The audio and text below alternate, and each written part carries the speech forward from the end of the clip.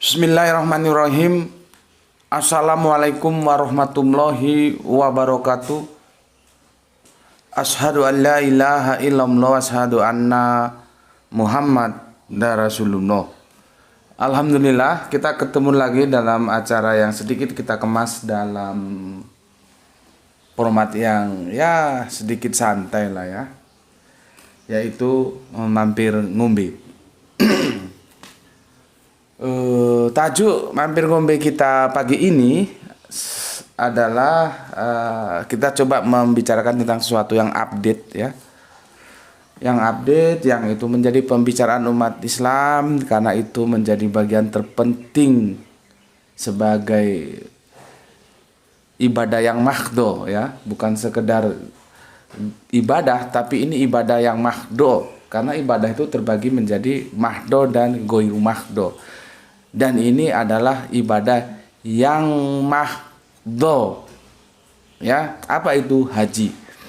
Dan kita sampai sekarang tidak juga mendapatkan kejelasan ada apa dan mengapa, bagaimana sehingga haji ini tidak bisa sepertinya memberikan sebuah kejelasan dari pihak-pihak yang ada sebagai stakeholder tentang ibadah ini. Tentunya mereka yang masuk di dalamnya. Ini sebetulnya haji ini gimana ini ceritanya ya, gimana ini umat sudah menunggu, tahun lalu sempat tertunda, dan ini gimana sekarang ini tahun 2021 ini. Maka dengan gonjang-ganjing yang seperti itu, aku menjadi tertarik untuk mengangkatnya sebagai bahan diskusi kita di mampir ngombe kali ini. Maka tajuknya adalah haji yang tertunda-tunda ya, rindu kepada kediaman Allah. Rindu kepada kediaman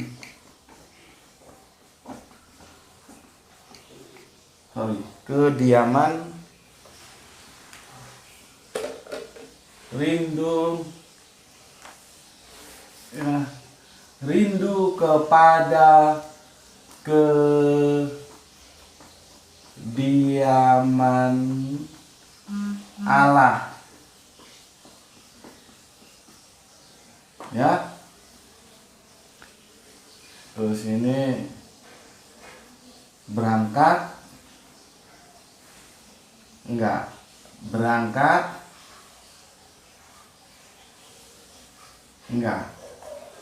nih ya, judul kajian kita haji yang tertunda-tunda, rindu kepada kediaman Allah. Berangkat enggak?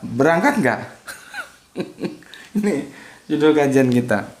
Kita coba bahas secara ringan-ringan saja. Oke, judul ini rindu kepada kediaman Allah. Sebetulnya aku lebih sreg rindu kepada bait Allah ya, atau rumah Allah ya.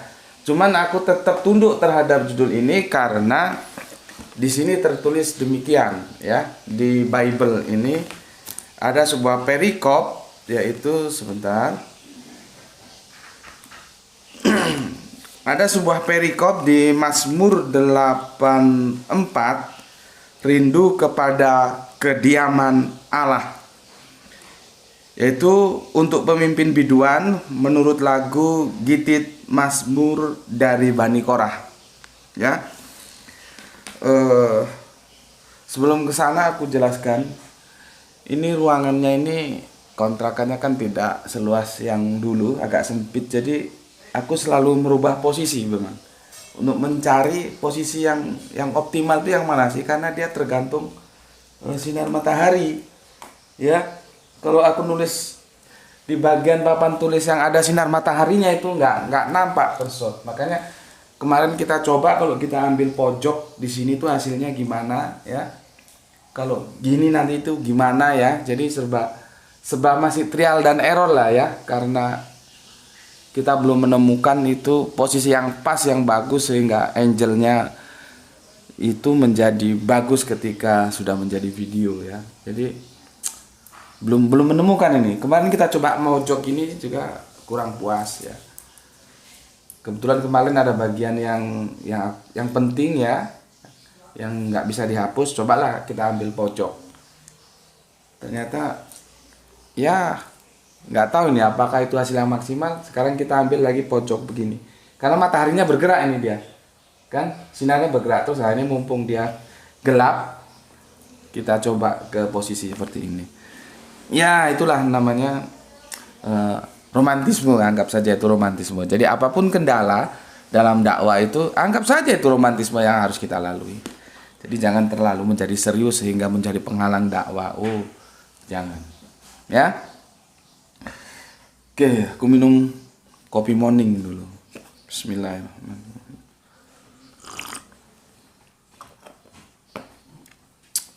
Aku nggak tahu ya, kadang-kadang aku berpikir siapa ya yang bikin cangkir seperti ini. Yang aku renungkan itu volumenya. Volume minum segini, nggak tahu ini berapa mili. Itu volume yang optimal, artinya dia nggak terlalu banyak ya, nggak terlalu sedikit gitu, pas gitu loh ya. Dengan volume seperti, nggak tahu ini ada berapa mili. Ya, ini berarti lewat perhitungan yang tajam ya dulu yang mendesain cangkir dengan volume seperti ini. Oke.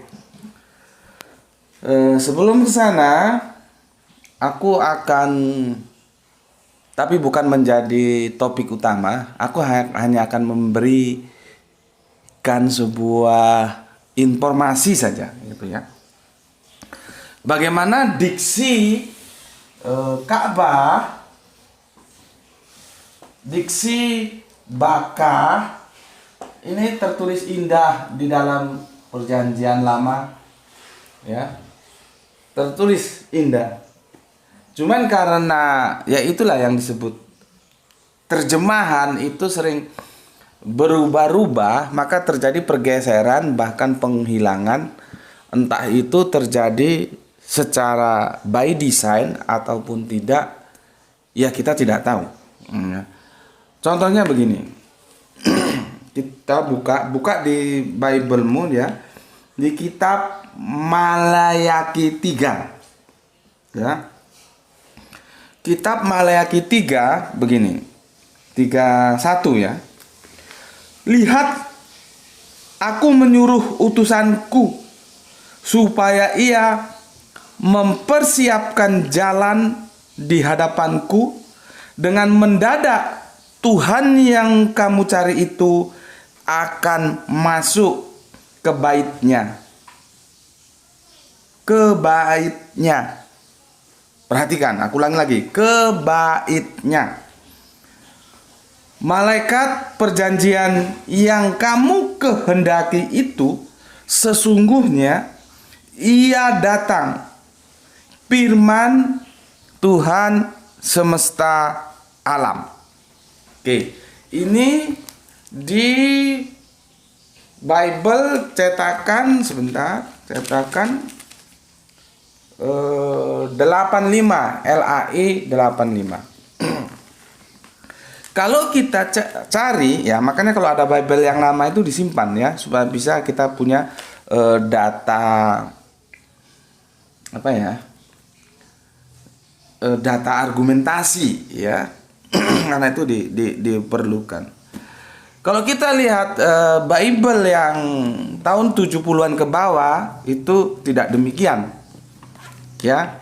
Aku bacakan. Gini.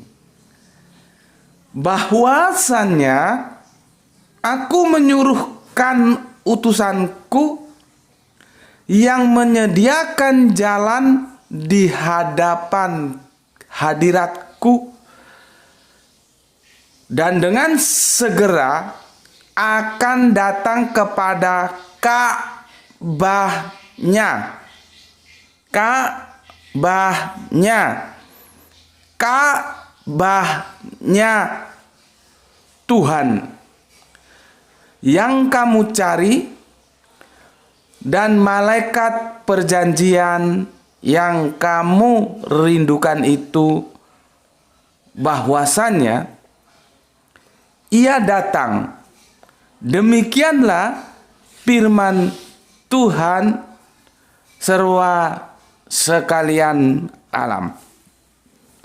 Ya, satunya kitab Maleaki, kitab 3 pasal 1, terbitan tahun 85, dikatakan di sini baitnya.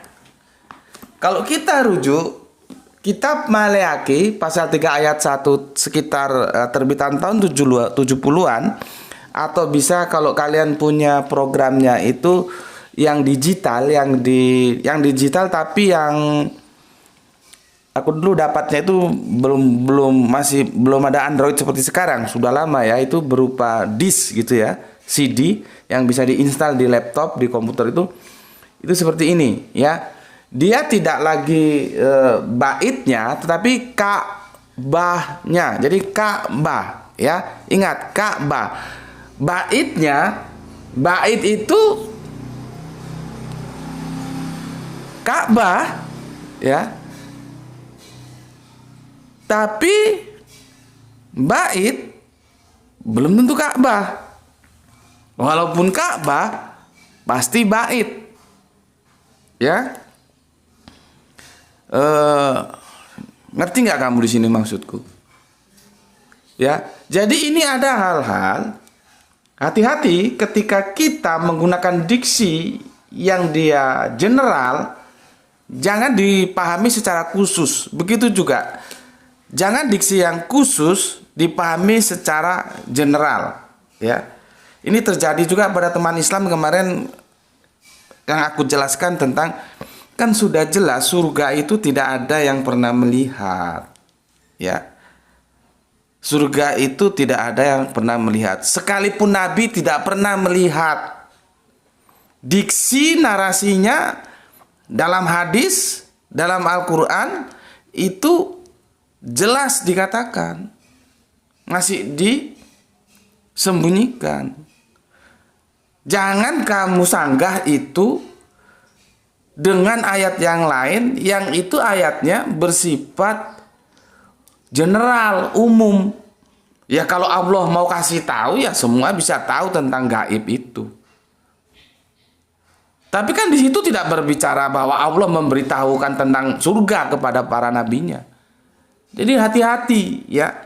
Di sini kegoblokan kalian itu harus dikikis lah ya, supaya nggak bodohnya supaya hilang gitu. Sama seperti ini. Ka'bah itu dia khususnya. Yang namanya Ka'bah ya itu. Tapi kalau dia diterjemahkan lagi menjadi baitnya itu dia tidak khusus, dia juga menjadi universal. Artinya baitnya itu belum tentu Ka'bah. Kalau Ka'bah pasti baitnya, itu loh. Nah, terjemahan dua ini ya, Bible ini itu sudah menjadi masalah. Ketika di terjemahan yang lebih tua dia disebut Ka'bah, di terjemahan yang lebih mudah sudah berubah menjadi baitnya. Yang awalnya khusus kemudian menjadi universal, menjadi umum. Kan menjadi ada peluang untuk salah memahami. Oke, tolong tunjukkan ini di situ biar tahu om-om, tante-tante, mas-mas, mbak-mbak, bapak-bapak. Nih ya, biar tahu. Itu yang Ka'bah itu ya. Ka'bah. Kasih berapa detik gitu biar bisa dilihat. Ya.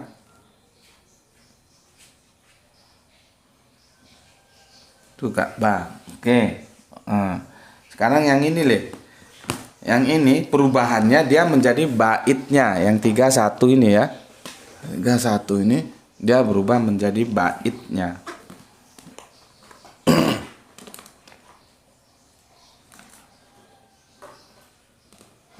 Ya.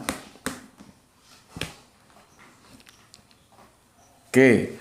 Nah, sekarang kita beralih ke diksi bakah, ya. Bakah itu masih tertulis jelas di Mazmur 84 ayatnya 7. Ini Le. Ini ya. Yang Bapak kotak itu.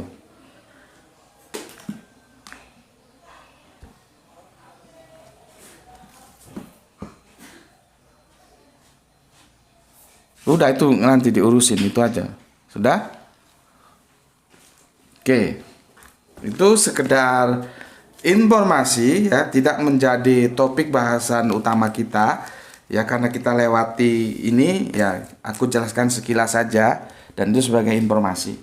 Karena kita akan berbicara atau berbahas tentang haji yang tertunda-tunda. Oke. Aku bacakan dulu ya. Ini Mazmur 84 ya. Begini, aku bacakan mulai 845 ya. Berbahagialah orang-orang yang diam di rumahmu. Ya. Yang terus-menerus memuji-muji Engkau. Ayat 6-nya, berbahagialah manusia yang kekuatannya di dalam Engkau, yang berhasrat mengadakan ziarah. Jadi haji itu seperti ziarah dia. Ya. Nomor 7, apabila melintasi lembah Baka. Okay. Mereka membuatnya menjadi tempat yang bermata air. Bahkan hujan pada awal musim menyelubunginya dengan berkat. Okay. Jadi diksi Bakah itu tertulis. Bahkan secara geografis lembah.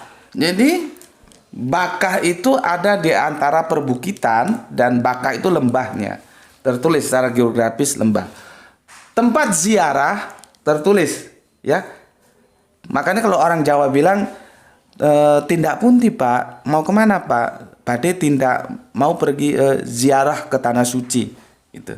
Maka orang-orang di tanah Jawa itu kalau tidak menggunakan begini maksudku, menggantikan diksi haji itu dengan kata ziarah. Badai tindak ziarah teng tanah suci. Nah, gitu. Itu artinya dia mau berangkat haji ya. Bermata air ya, kita tahu dengan ceritanya tersendiri, Zam-Zam ya, mata air. Jadi ayat 5, 6 dan 7, di mana ayat ketujuhnya tertulis secara tekstual Bakah dari Mazmur 84, itu dia mengikat, dia akan menuju kepada satu-satunya tempat di dunia yang dipenuhi oleh kriteria ini. Itu yang mana? Silakan jawab sendiri ya. Kalau ini sudah aku bahas di Facebook, nanti lain waktu kita bahas secara khusus di video ya. Yang jelas kriterianya seperti itu. Nah, dari kriteria dia menjadi tempat ziarah, dia adalah bait Allah, dia bernama Bakah, geografisnya lembah, dan apalagi geografisnya lembah dan bermata air. Nah, 5 kriteria ini cari di tempat dunia. Di dunia ini yang dijelaskan oleh Mazmur ini, yang mampu memenuhi dengan 5 kriteria itu mana? Ya. Oke, jadi begitu cara menelisik ya. Sekarang aku mau jelaskan tentang Bakah Ini kadang-kadang ada yang nggak ngerti juga, bakah, makah. Sebetulnya gimana sih duduk permasalahannya? Bakah atau makah? Makah atau bakah? Ya. Ya disinilah kita perlu saling berdiskusi ya. Sebentar.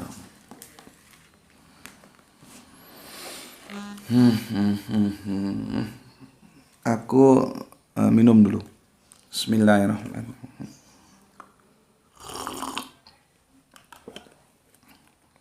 Oke.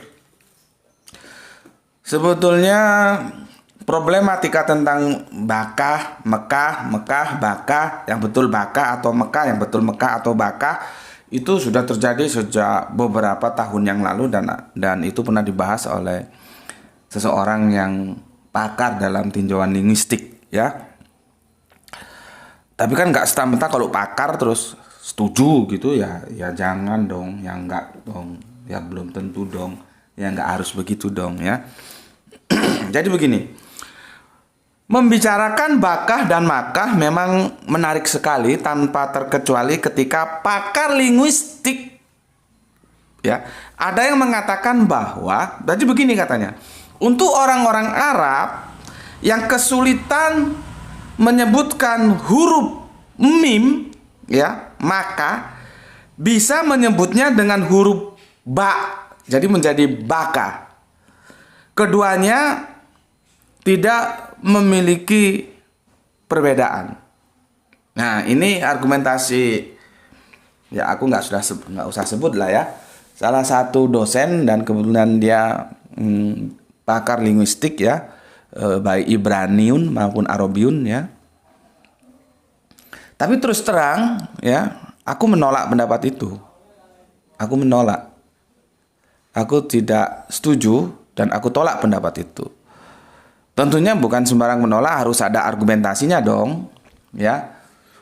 Karena apa yang dinyatakan oleh pakar linguistik itu ya, bahwasannya, aku ulangi lagi, orang-orang Arab yang kesulitan menyebutkan atau spelling atau makhraj ya, huruf mim, maka bisa menyebutnya dengan huruf ba atau bakah. Keduanya tidak memiliki perbedaan. Nah, pendapat itu aku tolak. Ya. Sebelumnya aku jelaskan dulu fenomena-fenomena nama kota punya nama kembar itu sebetulnya fenomena-fenomena yang biasa sih selama kita paham. Ya. Dulu disebut Papua. Ya. Bung Karno ini kan paling jago ini Bung Karno. Jiwa seninya juga nggak bisa dibikin sembarangan. Jadi istilah minal aijin wal faizin itu di Arab sana nggak ada. Karena itu adalah buah pemikiran dari Bung Karno dan akhirnya juga menjadi budaya kita, juga budaya negeri jiran Malaysia. Maka disebutlah minal aijin dan wal faizin ya. Ketika itu bertepatan dengan perayaan Idul Fitri. Begitu juga Bung Karno ketika memberi nama yang dulunya Papua, tentu dia sebagai seorang politis ya, nama itu tidak bisa lepas dari nuansa politis. Papua itu diberi nama Irian Jaya. Irian itu artinya ikut Republik Indonesia anti Nederland. Nah, makanya disingkat menjadi Irian. Jadi Bung Karno ini kasih nama paling jago dia. Seperti Rima Melati, Titik Puspa, itu nama bukan nama asli itu. Itu Bung Karno yang kasih nama ketika diundang ke istana ya, menyanyi, memberikan hiburan-hiburan gitu. Itu Bung Karno yang kasih nama gitu. Bayangkan, Rima Melati kan bagus. Titik Puspa kan bagus. Nama aslinya nggak tahu siapa, apa Jumiati kayak atau siapa kayak, ya. Jadi begitu. Nah, sekarang di era apa namanya ini reformasi, kembali lagi dia ke Papua. Padahal kalau Papua itu artinya negeri yang jauh atau negeri yang terbuang begitu ya, ada sejarahnya juga. Ya itulah fenomena cenderung berubah dan berubah. Begitu juga kita dulu kalau pergi naik pesawat bilangnya kemana? Ujung Pandang. Sekarang sudah kembali menjadi Makassar. Begitu juga kalau kita ke Sumatera, tadi ke Irian, terus ke mana tadi? Sulawesi, sekarang kita ke Sumatera. Kita coba, kita lihat ya. Dulu tahun 70-an, 78, 77 itu masih disebut Tanjung Karang dan orang menyingkatnya menjadi Karang. Kemudian berubah menjadi Bandar Lampung. Nah, itu kalau kita tidak tahu sejarahnya, itu menjadi kacau. Apalagi anak-anak sekarang yang gobloknya minta ampun karena banyak main game daripada banyak belajarnya. Jadi kalau generasi kita nanti ini menjadi generasi yang goblok, ya karena kita sudah diracuni lewat generasi-generasi penerus kita tanpa sadar bahwa game itu mempunyai dampak negatif juga, meskipun positifnya juga ada ya, menjadi racun bagi generasi-generasi bangsa kita ya. Orang di negeri asalnya sana anak-anaknya dididik memanah, dididik juga berenang, berkuda. Lah kita tambah anak-anak kita main game terus. Padahal di negeri yang dimana game itu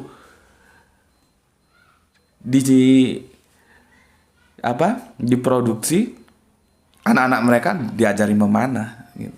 Ya itulah perang peradaban ya. Nah, nanti satu saat aku akan membahas tentang perang peradaban.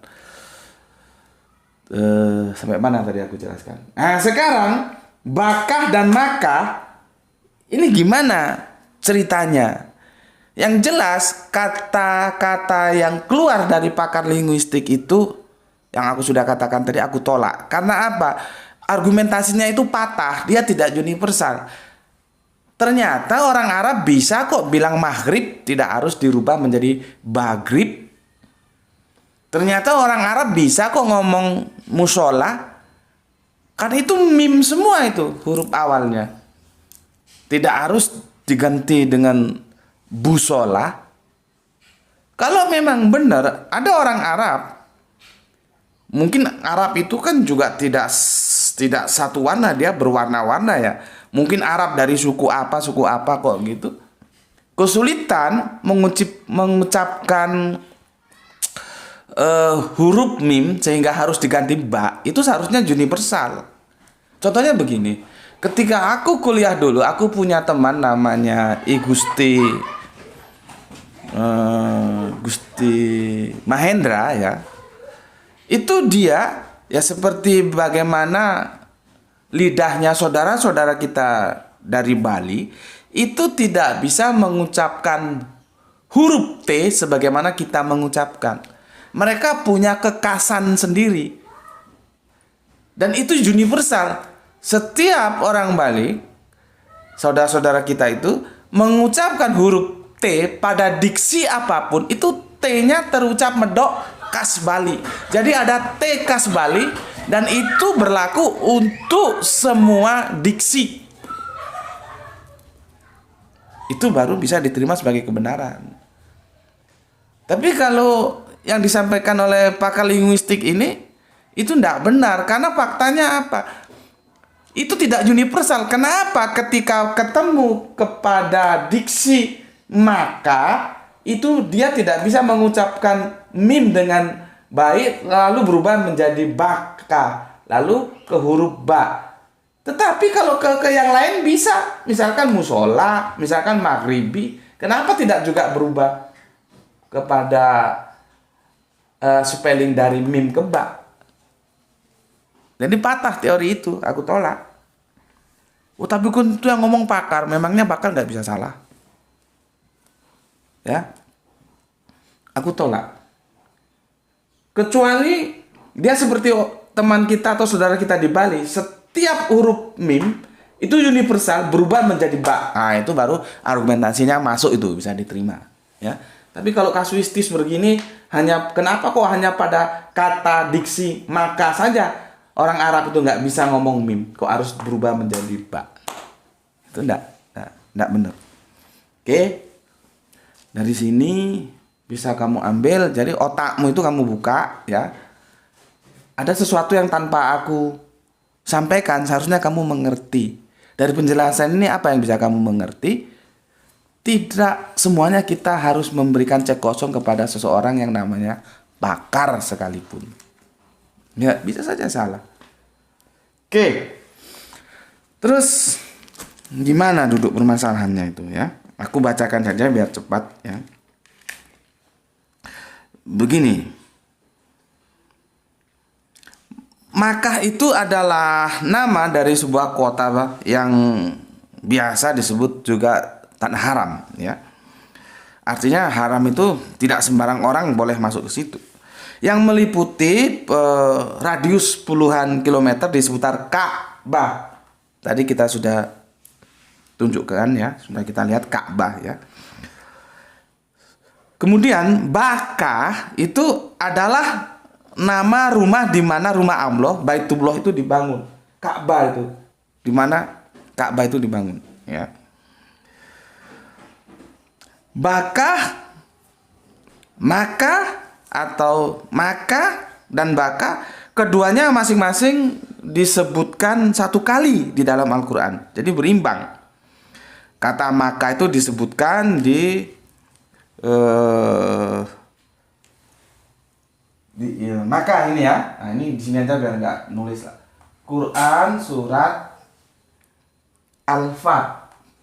Al-Fat ya, itu surat nomornya 48 ayat 24. Ini disebutkan di sini Makkah. Sementara sorry. Ini gini. Di sini. Daripada aku hapus lagi. Ya. Enggak begini. Begini, ya. Bakkah itu disebutkan di Quran ya. Di Quran surat Al-Fat surat 48 nomornya ayat 24 di sini. Ya. Sementara Makkah itu disebutkan di surat Ali Imran. Quran surat Ali Imran ya. Surat 3 nomor ayatnya 96. Ya. Jadi satu-satu mereka sama satu kali disebut.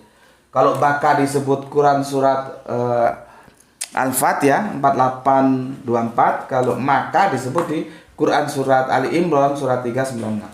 Nih, satu-satu ya disebut. Kita baca sekarang. Aku baca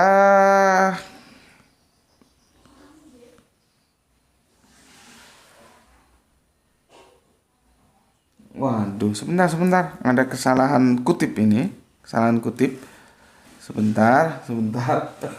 Surat Ali Imran 396. Karena mirip-mirip Bakkah maka jadi tumbang tindih. Surat Ali Imran begini. Ya, tolong diperhatikan lagi, salah. Jadi Bakkah itu ya. Bakkah itu disebutnya di surat Ali Imran. Betul ya tadi, sudah betul. Surat Ali Imran kita kembali ya. Sementara Makkah disebutnya di surat ini. Ya.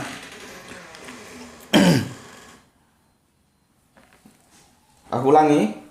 Bakkah disebut di surat Ali Imran surat 396. Makkah disebut di surat Al-Anfal surat 4824. Al-Fat. Keliru terus. Surat Al-Fat ya. Atau kalau aku keliru ngomong yang kalian lihat ini enggak. Nomor suratnya ya di 4824 surat 396. Kita baca sekarang. Ini surat Al-Fat ya 4824. Dan dialah yang mencegah tangan mereka dari membinasakan kamu dan mencegah tangan kamu dari membinasakan mereka di tengah Makkah. Jadi tekstual ya. Makkah. Kalau Arabiyunnya Makkah ya. setelah Allah memenangkan kamu atas mereka dan Allah melihat apa yang kamu kerjakan. Jadi tekstual ya ditulis maka ya. Sekarang kita baca surat Ali Imran 3 ya 96. Sesungguhnya rumah, maksudnya rumah ibadah ya, pertama yang dibangun untuk manusia ialah yang dibakah. Ya, bakah. Dia pakai bakah, nggak pakai maka. Yang diberkahi dan menjadi petunjuk bagi seluruh alam. Oke, sekarang kita lihat tinjauan etimologinya. Kata maka berasal dari arti kata maka, yamuku, makan. Berarti apa? Menghisap, menyedot. Nah, maksudnya itu yang dihisap, yang disedot itu apa? Ini kita berbicara gravitasi spiritual ya. Ya, kita sedikit belajar tasawuf lah ya. Inilah salah satu sebab mengapa Ka'bah disebut dengan Bait al-Atiq. Ya, artinya rumah pembebasan, karena bisa membebaskan seseorang dari kungkungan dosa dan kesalahan yang mengurungnya. Tapi jangan dipahami nanti yang membebaskan itu Ka'bahnya. Nah, ini jadi meleset lagi, misleading lagi. Ka'bah itu ya batu segi empat itu, kubus itu ya. Oke, jadi kita berbicara hal yang metafisik nih ya. Berikut, kata maka juga berarti tempat yang kering dan kurang air ya. Jadi kilah al-ma. Dahulu kota Makkah dihubungkan dengan kata Makkah. Jadi Makkah itu kawasan ini tidak lebih dari hanya gurun ya. Gurun tandus ya, yang aku bilang tadi ada gunung-gunung dan ini gurunnya itu berupa lembah ya. Perbukitan kering itu maksudnya ya. Belakangan baru dia setelah peristiwa Kanjeng Nabi Ismail ya, ada sumber air yang kita kenal dengan Zam-Zam ya, sehingga di sana tidak lagi kering ya. Itu maka sekarang baka ya. Itu berasal dari akar kata baka ya, buku bakan ya, berarti miskin. Baka itu sama pengertiannya dengan zahama, berarti mendesak. Jadi baka itu polisemi juga, bisa miskin, bisa mendesak. Nah, mumpung aku ingat, tapi ini juga bukan menu kajian kita yang utama ya. Kata-kata mustasabihat dan mukamat yang dijelaskan dalam Al-Quran itu bukan berarti mukamat itu jelas, mutasabihat itu tidak jelas, bukan berarti begitu ya. Jadi goblokmu itu supaya hilang gitu loh. Kamu dikasih tahu dari dulu. Itu aku sudah bikin videonya beberapa episode yang lalu, kamu cari di sana. Al-Quran itu datang dari Allah untuk kepentingan manusia, bukan untuk kepentingan Allah. Jadi apapun yang ditulis dalam Al-Quran itu untuk kepentingan manusia. Jadi jangan ngomong hanya Allah yang tahu. Ya kalau Allah yang tahu, untuk apa diturunkan kepada kita? Ini ada yang ngomong tapi keliru, sok tahu. Kan videonya sudah aku tulis tentang apa itu ayat-ayat mutasabihat. Ayat-ayat mutasabihat itu adalah ayat-ayat di mana diksinya itu polisemi. Satu diksi punya banyak makna. Nah, si penerjemah harus hati-hati. Dia mau dikirim ke makna yang mana? Kan aku sudah bilang, isim itu ada isim zat, ada isim makna. Salah menentukan isim zat atau isim makna tentang jannah, berubah. Bisa bubar itu tafsiran. Itu loh. Jadi jangan kamu nggak ngerti tambah kamu komentar nggak karu-karuan. Mustasabihat itu bukan berarti ayat-ayat yang remang-remang dan tidak jelas. Al-Quran itu jelas. Gitu loh. Jadi mustasabihat itu artinya diksi yang polisemi.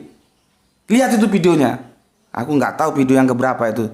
Sekarang videonya sudah menginjak hampir 500-an. Aku nggak hafal. Tapi kamu lihat atau tanya kepada peor-peor yang lama. Jangan kamu nyelonong masuk ngomong seenakmu. Karena di video ini nggak perlu khotbah. Aku nggak butuh tukang khotbah. Jangan khotbah di channel videoku ini. Kamu nggak bisa mengikuti kajianku, keluar. Nggak ada urusan. Bukan aku tidak mau diberi masukan, bukan aku tidak mau diingatkan. Beda diberi masukan tapi kamu sok khotbah di sini. Sini nggak butuh khotbah. Ya. Sudah aku bilang kajian-kajian ini kajian akademik. Kalau nggak setuju, sampaikan argumentasinya. Jangan melarang-melarang. Apa kamu mau melarang-larang? Ya. Oke.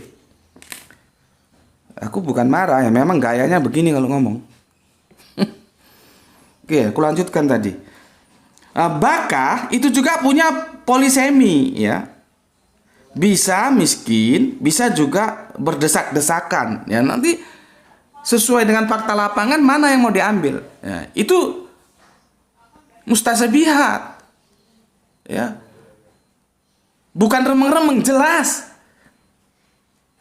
Dua pilihan, apakah kita akan memahami baka itu dengan makna berdesak-desakan atau miskin? Lihat konteksnya mana mau kita ambil. Jadi ini sudah jelas, gak ada ayat di sini remang-remang. Karena ayat ini diturunkan untuk manusia, bukan untuk, ini dari Allah untuk manusia, bukan dari Allah untuk Allah. Jadi jangan ngomong di sini hanya Allah yang tahu saja. Kalau Allah yang tahu, untuk apa disampaikan ke kita? Ya. Oke, aku lanjutkan. Sesuai fakta lapangan, sepertinya bahkan bisa dipastikan, ya. Jadi baka itu artinya berdesak-desakan, seperti orang ketika ritual mengelilingi itu saling berdesak-desakan. Bayangkan, dalam satu waktu yang sama, seluruh umat Islam berkumpul di tempat yang sama. Anda bisa bayangkan. Sebuah peristiwa desak-desakan itu sesuatu yang tidak terhindarkan. Gitu. Ya, itu tinjauan etimologinya, ya, baik bakah dan maka. Oke, sekarang apa ya? Tinjauan identitas lah ya, identitas. Jadi sebetulnya bagaimana kita mensikapi dua diksi baka dan maka ini. Jadi begini. Pertama, baka itu ialah kandungan atau inti kota Mekah. Sedangkan Mekah itu sendiri meliputi wilayah geografis yang lebih luas. Nah, bingung nggak nih kau? Supaya nggak bingung, aku gambarkan di sini. Pilihannya ada dua. Pilihan pertama, di mana Baitullah itu didirikan, ya. Nah, ini ya. Ini radiusnya ini yang dekat dengan ini, lingkaran ini, ya. Ini Baka. Nah, sementara Makkah dia lingkarannya teritorial lebih luas lagi, kota Mekah itu. Ya. Jadi ini Baka yang disebut Baka, ini yang disebut Makkah. Jadi Baka itu bagian dari Makkah, tapi Makkah belum tentu bagian dari Baka. Ya, karena Baka ada di dalam Makkah. Jadi secara teritorial, Baka itu yang ring satunya Ka'bah ini loh. Ya. Terus Makkah itu yang teritorial lebih luas lagi. Kota Makkah. Ya, aku sih belum pernah ke sana ya. Ya nanti lah. Siapa tahu ada duit turun dari langit bisa berangkat ke sana. Ya. Paham di sini ya? Secara teritorial Baka itu bagian dari Makkah. Jadi Makkah lebih luas. Itu pendapat pertama. Nanti kamu terserah pilih kamu yang mana. Ya. Terus pendapat yang kedua, Baka maka itu dianggap sama. Ya. Atau beginilah. Baka itu sama dengan Makkah. Jadi mereka tidak membedakan. Ya Bakah itu ya Makkah itu ya Bakah. Jadi satu tempat punya dua nama, ya. Seperti kita mau nyebut mana? Mau nyebut Papua kek, mau nyebut Irian Jaya kek, tempatnya ya itu. Mau nyebut Bandar Lampung kek, mau nyebut Tanjung Karang kek, tempatnya ya satu itu. Mau nyebut Ujung Pandang kek, mau nyebut Makassar kek, tempatnya ya itu. Nah, itu pendapat yang kedua. Karena kita juga tapi harus hati-hati ya, karena ini kan kasusnya satu tempat dua nama. Ya. Ada yang satu nama, dua tempat itu ada. Seperti di Malang sini ada daerah Dinoyo. Nanti di Surabaya sana ada juga daerah namanya Dinoyo. Nah, Dinoyo yang mana? Itu kebalikannya ini. Kalau yang Dinoyo itu tadi satu nama dua tempat, kalau di sini dua nama satu tempat. Artinya ya Baka itu ya Maka, ya Makah itu ya Baka. Nah, ini ada dua.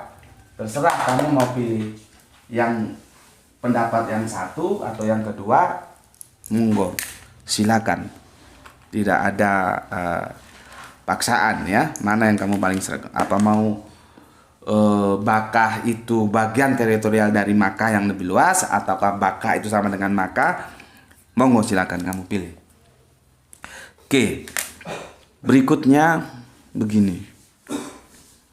Aku cerita dulu ya. Aku cerita dulu. Le, sudah berapa waktu, Le? Coba kamu lihat. Aku cerita dulu sama kau, ya. Berapa? Oh, sudah 46. Aku cerita dulu sama kau begini. Ini pengalaman, ya. Bapakku itu punya teman dulu namanya Pak Sapuan, ya, di Sumatera sana. Tentu setelah haji ya, ciri khas bangsa kita itu dipanggil Haji Sapuan. Pak Sapuan itu mau berangkat haji. Di Lampung sana itu tanaman utamanya itu singkong, ya, yang nanti kita jual ke pabrik diolah menjadi tepung tapioka. Pak Sapuan itu mau berangkat haji, duitnya kurang karena dia mau pergi haji sekalian dah sama istrinya gitu. Kan bagus kan? Tujuannya bagus kan? Mau berangkat haji sekalian dengan istrinya, tetapi duitnya kurang. Begitu ceritanya. Nah, Pak Sapuan ini berpikir, kalau begitu mending berangkat hajinya ditolak. Ditunda maksudku. Berangkat hajinya ditunda, duit yang mau digunakan Pak Sapuan untuk naik haji itu diputar lagi untuk nanam singkong. Artinya nanti kalau panenannya itu sudah pada waktunya, tentunya dari hasil panen itu akan memberikan kontribusi ya, penghasilan yang itu cukup untuk naik haji bersama Pak Sapuan dan istrinya. Kasusnya begitu.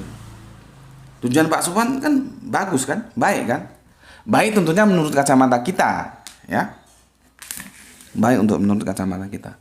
Tapi akhirnya apa? Ketika uang yang mau digunakan Pak Sapuan untuk naik haji itu digunakan untuk pembiayaan penanaman singkong yang itu diharapkan nanti hasilnya bisa untuk naik haji berdua.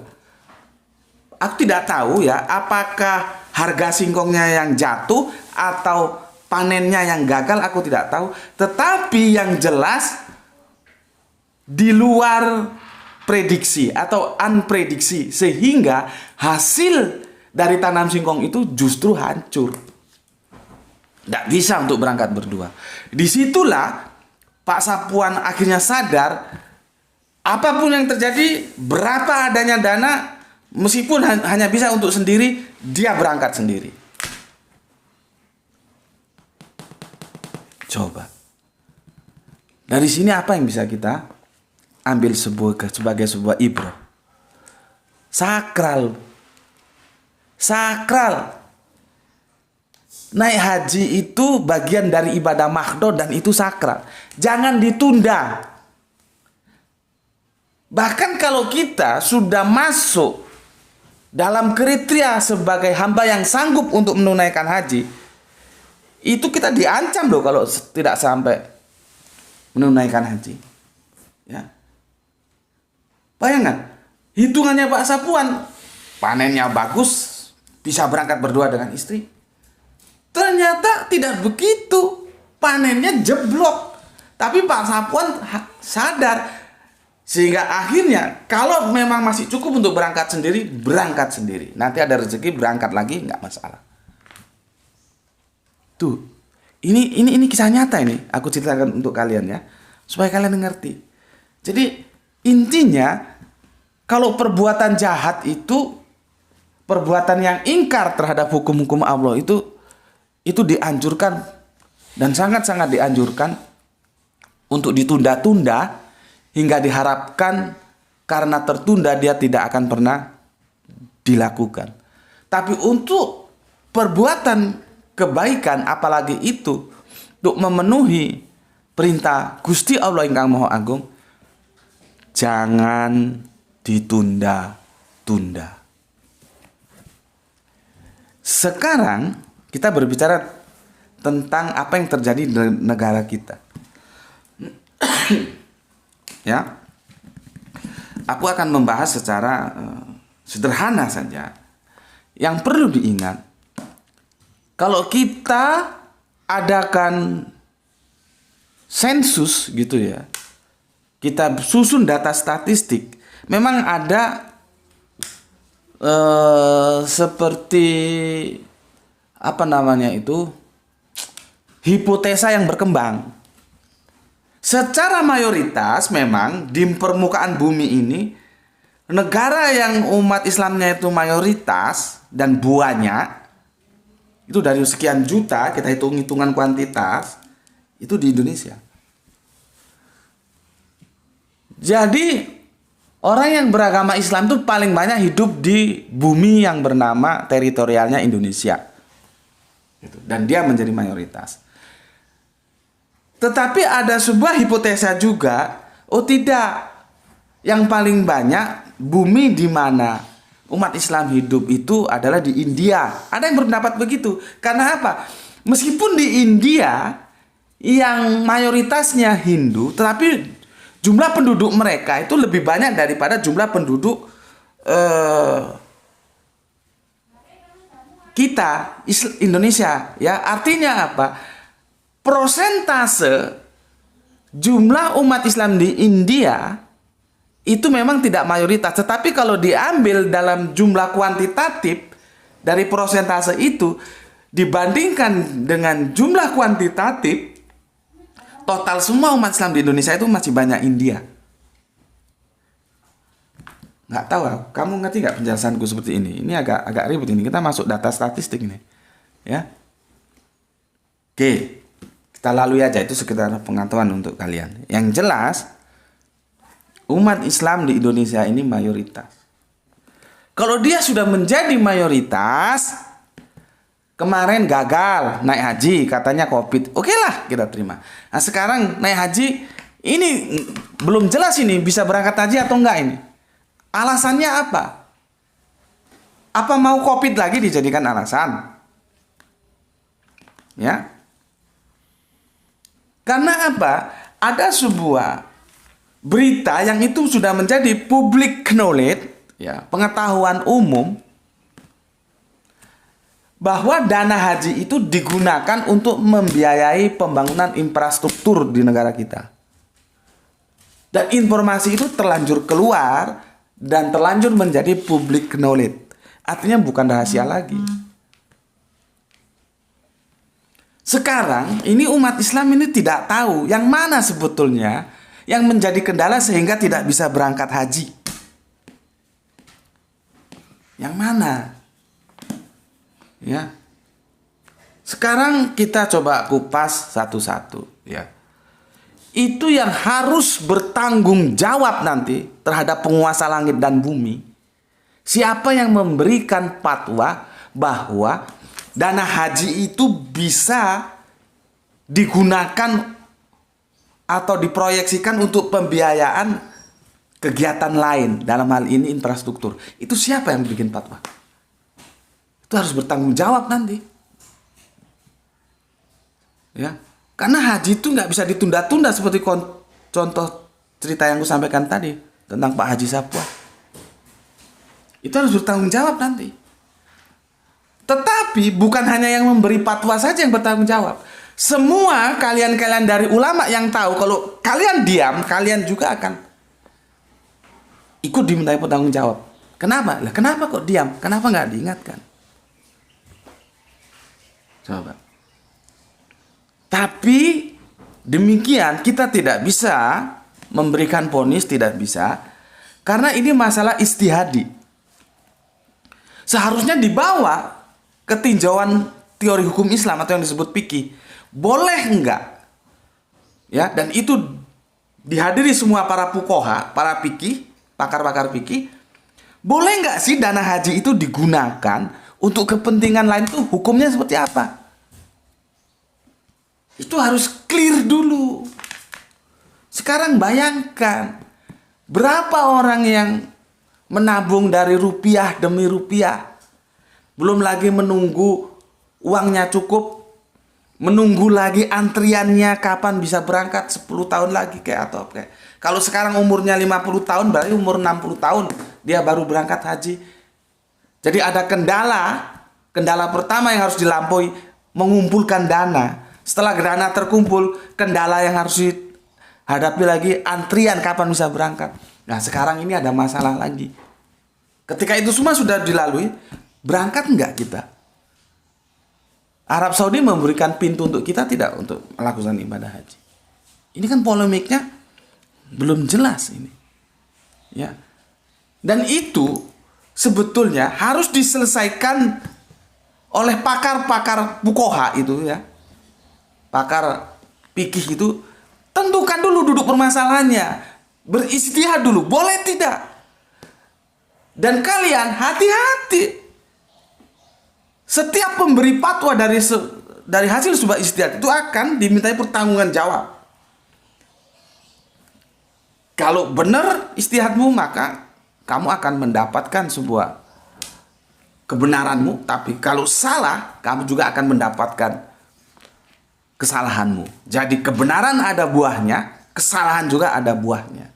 Buah dari kebenaran dan buah dari kesalahan itu nanti bentuk sebuah tanggung jawab yang harus diberikan kepada penguasa langit dan bumi.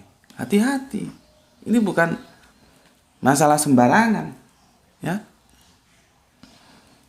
Semoga para orang-orang pintar, fuqaha-fuqaha sana bisa dengar kajian ini.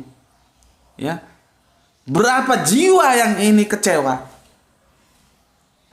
Yang akhirnya kalau ini nanti, aku belum tahu apakah ini nanti akan tertunda kedua kali lagi. Tentunya semoga kita berdoa tidak. Nah, yang jadi masalah sebetulnya itu harus dibuka di publik supaya tidak ada sakwa sangka di antara kita. Karena sudah ada informasi yang beredar bahwa itu akan digunakan untuk pembiayaan infrastruktur. Sementara apakah informasi ini benar atau tidak, kita sama-sama tidak tahu. Apalagi rakyat kecil seperti aku ini juga tidak tahu kebenarannya. Nah, supaya tidak menimbulkan sakwa sangka, kita undang saja auditor independen untuk diaudit, dan kita undang tokoh-tokoh agama bahwa uangnya itu memang masih ada. Selesai. Jadi tidak menimbulkan sakwa sangka seperti sekarang ini. Kalau sekarang kan jadinya sakwa sangka. Supaya tidak ada lagi huru-hara, resah gelisah. Gitu loh. Kan itu solusi yang baik. Pakar ekonom undang. Pakar agama undang. Hadirkan independen auditor ya, kita audit. Uangnya masih ada atau enggak? Kalau ada tersimpan di bank mana? Jumlahnya berapa triliun? Karena ini bukan bicara miliar-miliar lagi nih, triliun ini. Ya. Triliun. Kalau nanti itu memang bisa dipertanggungjawabkan, uangnya masih ada, ya, tentunya dengan menghadirkan orang-orang yang dipercaya oleh umat Islam sebagai perwakilannya, para tokoh-tokoh agama ini, sehingga semua umat segala lapisan di negara ini percaya uangnya tidak dipinjam untuk membangun infrastruktur, dan uang itu masih ada, aman, itu alhamdulillah. Artinya kan sudah huru hara ini sudah kita bisa menerima, bukan karena duitnya habis digunakan untuk kepentingan lain. Ya. Nah, tetapi kalau memang duit itu sudah terlanjur digunakan dan sekarang kosong, sudah terlanjur digunakan untuk membangun infrastruktur, ini bagaimana? Ini yang jadi masalah yang aku bilang tadi. Ini siapa ini? Ini ide siapa ini? Ide siapa dan atas rekomendasi ulama siapa? Pikihnya siapa ini? Hati-hati Pak. Hati-hati bos. Hati-hati saudaraku. Setiap Anda mengeluarkan fatwa hasil dari sebuah ijtihad, Anda akan dimintai pertanggungan jawab. Atas dasar apa ijtihad itu dikeluarkan? Itu menjadi fatwa. Dan ulama-ulama yang lain ya, yang Anda saya anggap punya lebih didengarlah daripada kami-kami yang di bawah ini, yang kelas-kelas sandal jepit ini. Anda juga punya kewajiban untuk mengingatkan seharusnya. Kalau Anda ingatkan tetap tidak mau, ya Anda sudah lepas tangan, bebas dari tanggung jawab seperti aku ini. Ya. Jadi video ini aku buat itu tidak lebih dari sekedar mengingatkan untuk mereka yang mau diingatkan. Setelah itu tidak ada tujuan lain, aku tidak punya kepentingan. Karena aku juga supaya terbebas. Lah kalau fikih yang aku pahami sih, uang yang untuk ibadah dalam konteks ini haji itu tidak boleh digunakan untuk kepentingan apapun, tidak boleh. Nanti penguasa langit dan bumi bisa marah, bisa murka. Itu menurut fikihku. Makanya aku mau mengingatkan. Setelah itu aku bebas tanggung jawab. Aku sudah mengingatkan kok. Kalau aku mau melarang, kuasa apa aku? Ulama terkenal bukan, siapapun bukan, kok mau melarang. Ya bisanya hanya mengingatkan begini. Ya. Tetapi untuk saudara-saudaraku yang Islam, kalaupun ini kalau ya, jika maka kalimatnya itu harus dilihat secara keseluruhan. Jangan depannya aja kamu potong, belakangnya kamu buang jadi masalah. Ini jika maka. Jika ternyata di audit uang itu sudah habis untuk membangun infrastruktur, setidak-tidaknya saudaraku ini, Anda jangan risau. Penguasa langit dan bumi itu sudah tahu, dan kita paham betul tentunya dengan sebuah ucapan ina a'malu binniat. Ya, semua amalan itu bergantung pada niatnya. Dan Anda sudah meniatkan uang itu untuk pergi haji, sudah, nggak usah dipikirkan. Ya, biarkan saja yang menggunakan itu tanggung jawab. Anda menuntut pertanggungjawabannya aja. Dan ini juga sebagai bukti, jika itu benar, maka umat Islam lagi-lagi dan lagi-lagi membuktikan kesetiaannya terhadap negaranya. Jadi jangan ada lagi curiga terhadap Islam. Jadi yang membangun infrastruktur itu siapa? Umat Islam. Dan itu silahkan digunakan untuk saudara-saudara kita yang lain, apapun agamanya. Ya, di sini duduk permasalahannya. Jadi jangan berkecil hati saudara-saudaraku, ya. Karena secara faktual, jika memang uang itu sudah habis digunakan untuk membangun infrastruktur, itu juga tidak akan hilang dari kalian, karena itu dibangun atas uang-uang kalian. Tentu ada nilai-nilai amal soleh yang juga itu akan diperhitungkan. Ya, gitu. Nah, sekarang sebetulnya kita tidak tahu ini. Seharusnya Arab Saudi juga memberikan penjelasan. Apa yang menyebabkan jemaah haji Indonesia itu tidak diberikan pintu? Apakah COVID? Apakah ada tanggungan yang belum dibayar? Atau apa? Ini kita tidak tahu menahu. Ya. Maka sekali lagi aku katakan, kita sama-sama berdoa, ya Allah, semoga masalah ini bisa terlampaui dengan baik, dengan tidak menjadikan sakwa sangkah di antara kita, karena bagaimanapun sakwa sangka itu akan menimbulkan sebuah ketidakbaikan juga, ketidak saling percayaan juga, ya. Semoga harapan kita uangnya memang masih ada dan kita bisa berangkat haji. Memang ini diperlukan lobi-lobi tingkat tinggi ya. Lobi-lobi sekelas menteri lah minimal. Tetapi kan kita juga tanya, bagaimana kemampuan lobi kita itu juga perlu dipertimbangkan juga. Atau kita ada hal-hal lain lewat jalur yang tidak resmi. Kalau menteri yang harus berbicara itu jalur resmi G2G kan, lewat ulama antar ulama lah, sehingga Arab Saudi memberikan pintu yang terbuka untuk kita melaksanakan ibadah haji. Karena kalau tidak, kita berhak untuk tanya apa yang memberatkan Arab Saudi. Nah, kalau uangnya masih ada, ya, dan kita siap berangkat, ternyata yang bermasalah menutup itu Arab Saudi dengan alasan yang tidak jelas, berarti nanti Arab Saudi yang harus bertanggung jawab kepada penguasa langit dan bumi. Kenapa ada ini orang mau ibadah kok dihalang? Gitu, ya. Jadi ini suasananya serba belum jelas ini kita. Sebetulnya masalahnya itu di mana? Gitu. Maka dari itu ya kita tentunya berdoa, berharap ya semoga semua bisa terselesaikan dengan baik. Itu kajian kita mampir ngombe kali ini ya. Semoga Bismillahirrahmanirrahim.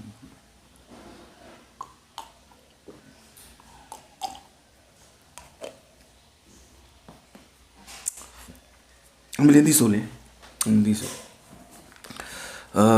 Itu kajian kita dalam rubrik mampir ngombe kali ini ya, dengan sebuah harapan tentunya apapun adanya kajian-kajian ini itu bisa memberikan, walaupun itu hanya sebutir pasir ya, hanya kecil saja, tapi setidaknya kajian-kajian kita ini bisa memberikan sumbangsih pemikiran agar bangsa kita ini ya bisa terlepas dari permasalahan-permasalahan yang sedang kita hadapi. Itu dari aku ya. Assalamualaikum warahmatullahi wabarakatuh.